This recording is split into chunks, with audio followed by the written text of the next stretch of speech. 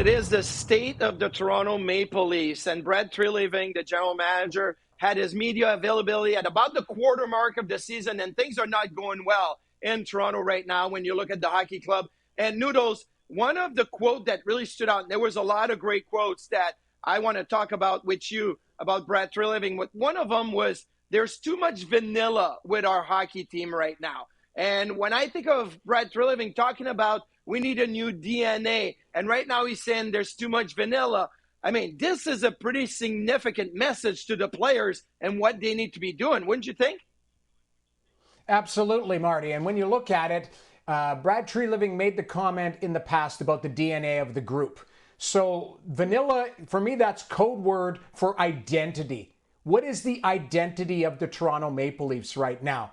We know in past years, and I know there's a swear word out there because we're not allowed to say Mitch Marner's name anymore, but in past years, Mitch Marner, Austin Matthews, William Nylander, John Tavares would grab a game. They'd outskill you. Their power play would win a game. So that was the identity of their team in the regular season. Marty, right now, in the absence of Mitch Marner, they're still learning how to play without him. So I think they're missing an identity, and you've got to figure that out to play under head coach Craig Berube, who wants to play more north-south. Yeah, and obviously when I think of vanilla, for me, it's about how do you defend? Like, the Leafs are second worst in goals against per game right now at 379. Last year, the worst team in the NHL defensively were the San Jose Sharks, and they were at 378. You're even worse than what the last place team in goals against average last year was. So it's about putting in the work, being stiff, like pushing somebody over. And I get it, right? Maybe your DNA isn't that, but everybody's got to play outside their comfort level when things are not going well. So when I hear Brett Treliving talking about being too vanilla, that's what I think about is defensively. Another thing that Treliving said is we have all the faith in Craig Berube. He didn't become a bad coach overnight, and that it's about commitment to the work. They did it last year, and right now the commitment to the work isn't there. Do you feel that this was a vote of confidence to the coaching staff and another message to the players to say it's not about who's teaching you or who's coaching you, it's about you and figuring it out? 100%. I think it's a vote of confidence for Craig Berube, who he brought in. This is Brad Treliving's guy. Craig Berube is a cup champion. He's a stiff coach, but he has a little bit of modern game in him. And what I mean by that is he's an old school guy who knows how to work with the new school players. So you're 20 games in. They had a great season last year. They fell short of their goal. But he's right. You didn't forget how to coach overnight. This is a new group. They've got to settle in. And it's funny, Marty, there was another quote in there that I'll bring up where Brad Treliving says, I'm not going to replace 15 players and parachute them in. Yeah. It's more about the players incumbent, the guys he brought in playing better. I would like to see this group together, healthy. That's another thing that has really hurt them. But healthy and playing to their capabilities. Then you adjust what you need and assess maybe some guys aren't ready or some guys aren't having a great season. You move on from them. But Marty, that's where I would focus, is getting everybody to play to their capabilities and then assess the team.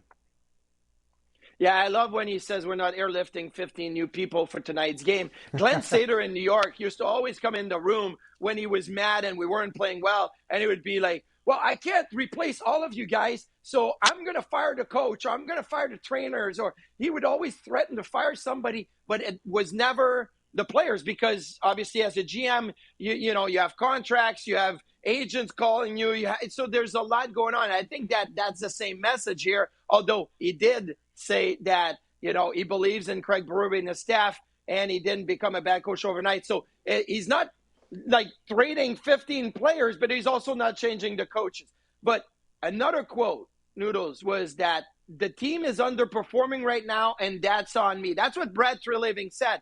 Now, I'm a little conflicted by it, because if the team is underperforming, it can't really be on the GM. He brought in players that are underperforming, or he made moves that are underperforming. So do you feel that this is a little bit of an escape by Brett Treliving to say, we're underperforming, but, and he puts the blame on himself, but really He says, I done the work, but the players are not doing the work. They're underperforming right now. He's being a good soldier, being a good manager by taking a bullet for his players. Because you're right. If he had to be candid, he could probably say, hey, these guys that I brought in aren't playing well enough. And you said that in a roundabout way. But a lot of times what you do is you accept responsibility and you disarm people with the truth. He's saying, hey, I put this team together and they're not performing to the level that I've expected them to. But he wants to give them some time to sort it out. So what he didn't do is point fingers and say, this has nothing to do with me. What he said is, I'm in the foxhole with this group. So I think I like that as far as a manager, as far as a leader, saying, I put these guys together. They're not performing, but I believe they can get to that next level. I'm going to stand by them, and I'm going to stand by the coach. Well, the Leafs have a chance tonight against the St. Louis Blues to turn that vanilla into something that will be much more exciting. And maybe it's all about offense, because I mentioned the Leafs are 31st in goals against per game this year. The St. Louis Blues are the only team worse than the Leafs at 32nd.